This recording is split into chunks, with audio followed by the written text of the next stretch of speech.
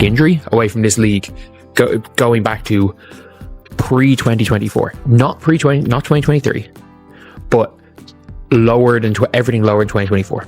Like, we all know this league is nowhere near as culturally relevant right now. We are one Caitlin Clark injury away from this league snapping back to pre-2014. That's not exaggeration. That's the uneasy reality steering every move in the CBA negotiations right now. And what comes next is watching both sides engage in the most perilous game of chicken the WNBA has ever dared to play. The league knows it's a problem, but the players, and this is where the kind of lack of professionalism on the player side comes in.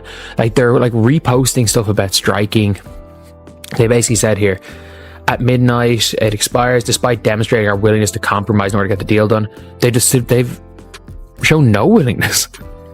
From what we've seen, the players have said silence is crushing.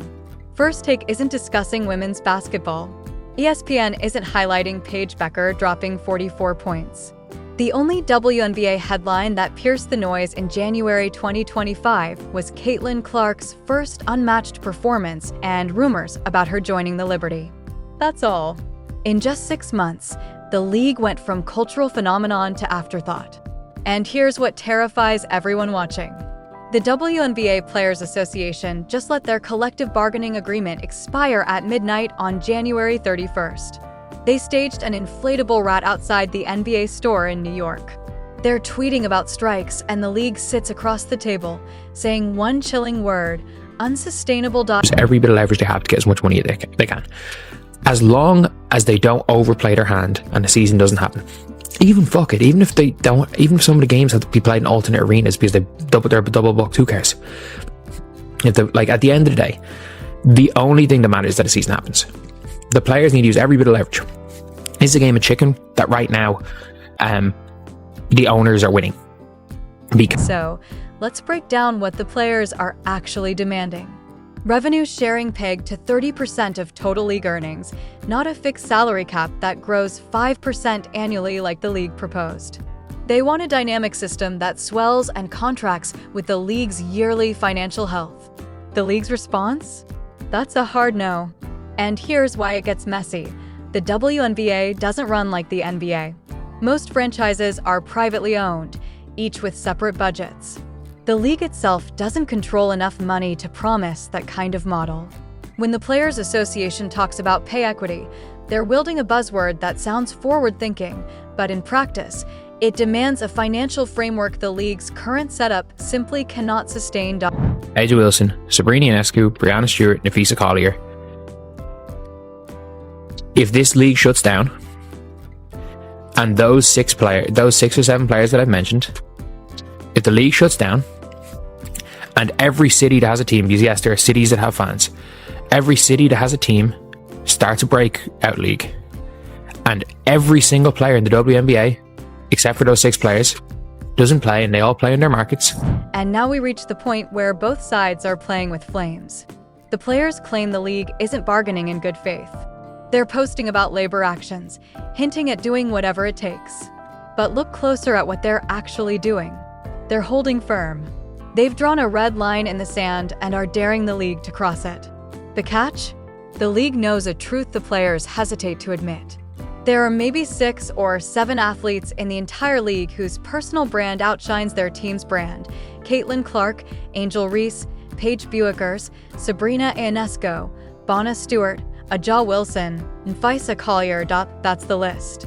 From a business standpoint, everyone else is replaceable. Harsh? Yes, but reality. Consider the Connecticut Sun replaced their whole roster with UConn alumni currently outside the league, and attendance wouldn't budge. Ratings wouldn't falter. The Connecticut Sun brand sustains the franchise, not the individual athletes.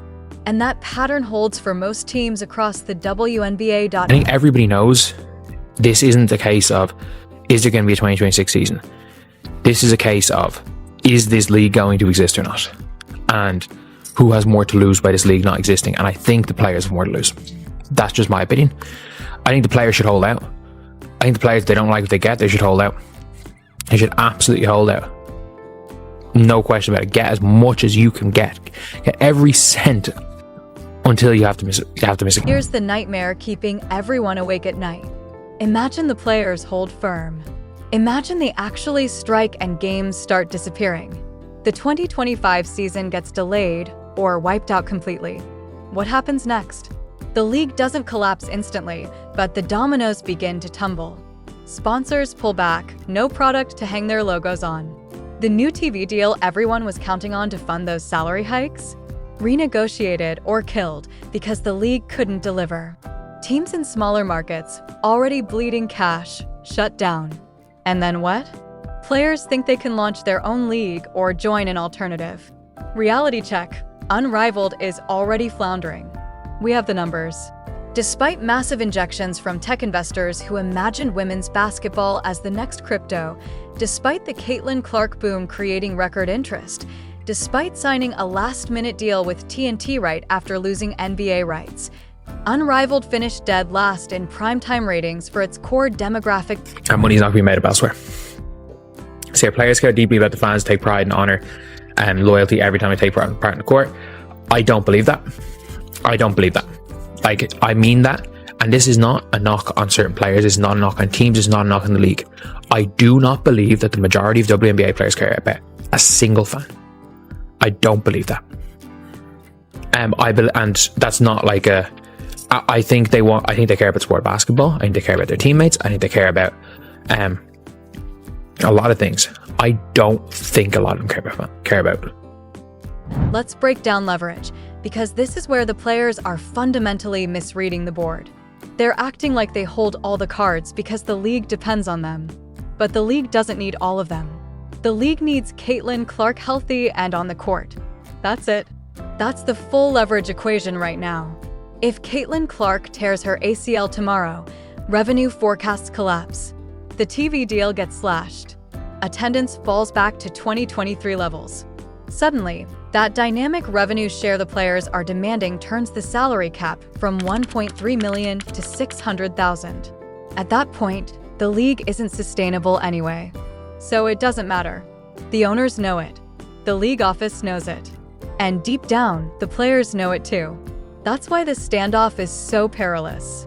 Both sides are wagering the entire future of women's pro basketball on outlasting the other in a negotiation neither can truly afford to lose. I'm scared the players are overplaying their hand. But at the end of the day, I'm not going to criticize the players until a game is missed. I think they might be overplaying their hand.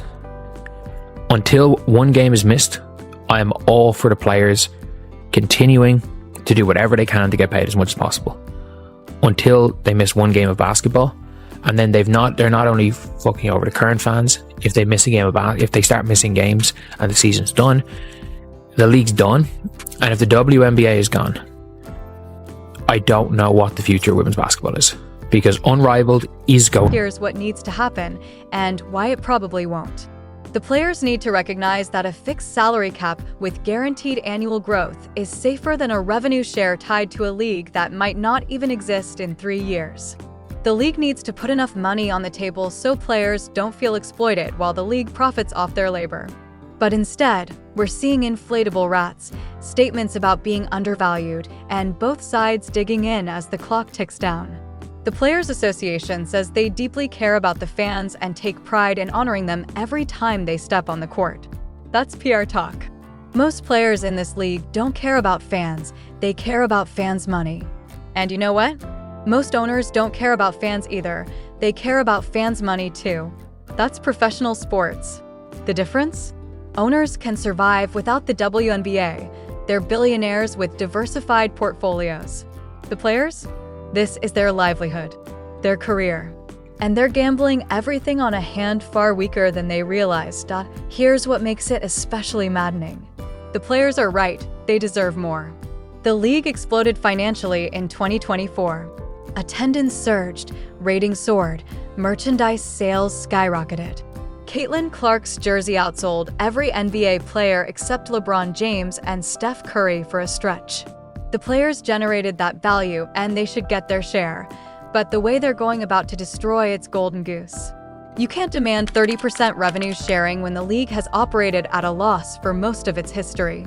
You can't threaten strikes when the league's entire relevance hinges on one player staying healthy. You can't pretend to hold leverage when alternative leagues are already proving they can't survive. The WNBA Players Association released a statement claiming the league is endangering fan trust and investment by delaying and clinging to the status quo. But here's the question nobody wants to face. If the league folds and every player except those 6 or 7 stars sits out, and someone launches a breakaway league with replacement players in every market, do fans even care? If you swapped every Connecticut Sun player with random names and kept the Connecticut Sun brand, would attendance fall? If you did the same for a team without one of those 6 stars, would anyone notice? The harsh truth: probably not. Most fans aren't coming for individual players, they're coming for their local team, for the spectacle of professional women's basketball. That's why the league holds leverage, even if it doesn't feel like it. The WNBA brand carries weight. Individual franchises carry weight in their markets. But most players? Replaceable. Not a critique of skill or humanity, just the economic reality of a league that's still laying its foundation. Now, let's break down what happens if games actually get missed. Not just delayed, but outright canceled because no deal is reached. The players believe this creates urgency, forcing the league to bend. But here's what actually unfolds. First, sponsors demand refunds.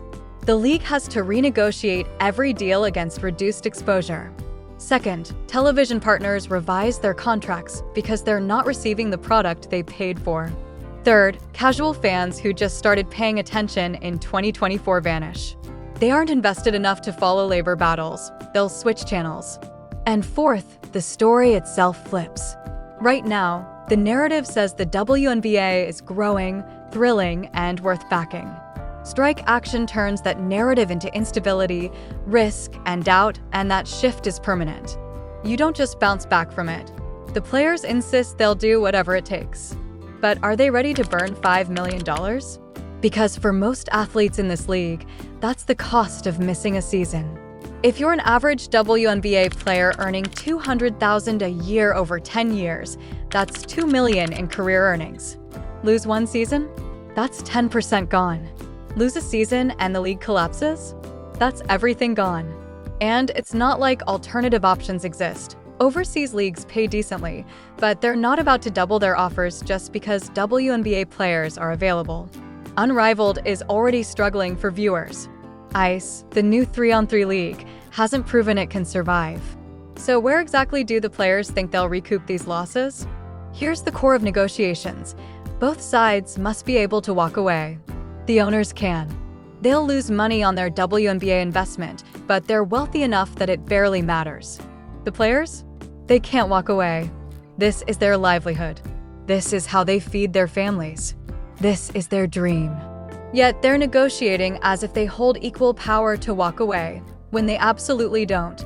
The smartest move for the players would be to accept the league's fixed salary cap with guaranteed 5% annual raises, claim victory for securing increases, and then renegotiate in 3 years when they have better data on whether the 2024 boom was sustainable. But that won't happen, because advisors are treating this like an NBA negotiation, when the WNBA doesn't have NBA leverage. So what's likely to occur? One of 3 paths. First, the players fold at the last second, accept a deal slightly above the league's initial offer, but far below their demand, declare victory anyway, and everyone moves on. Second, they strike, miss games, panic when the public doesn't back them, and end up taking an even worse deal than they could have gotten originally. Third, they strike. The season is wiped out, the league collapses, and professional women's basketball in America vanishes for a generation. My prediction? The first scenario. The players will realize that the alternative to playing in the WNBA is not playing pro basketball in America at all, and they'll accept the best deal they can secure. But the very fact we're even debating this, the fact that the third scenario is possible, reveals everything about how fragile this league still is. The WNBA had its most successful year ever in 2024. Caitlin Clark drew record attention. Ratings soared across the board. For the first time, the league's future seemed truly bright. And now, 6 months later, we're questioning whether the league will even exist. That's not due to villainous owners or greedy players. It's because the fundamental economics of women's professional basketball haven't evolved as much as people assume. So here's my question for you, and think carefully before replying in the comments. If the WNBA season gets cancelled over this negotiation, whose side are you on? Are you with the players demanding higher pay, even if it risks killing the league? Or are you with the owners trying to safeguard the league's long-term survival, even if it means lowballing the very players who generated all this value? You can't honestly claim both sides are completely right.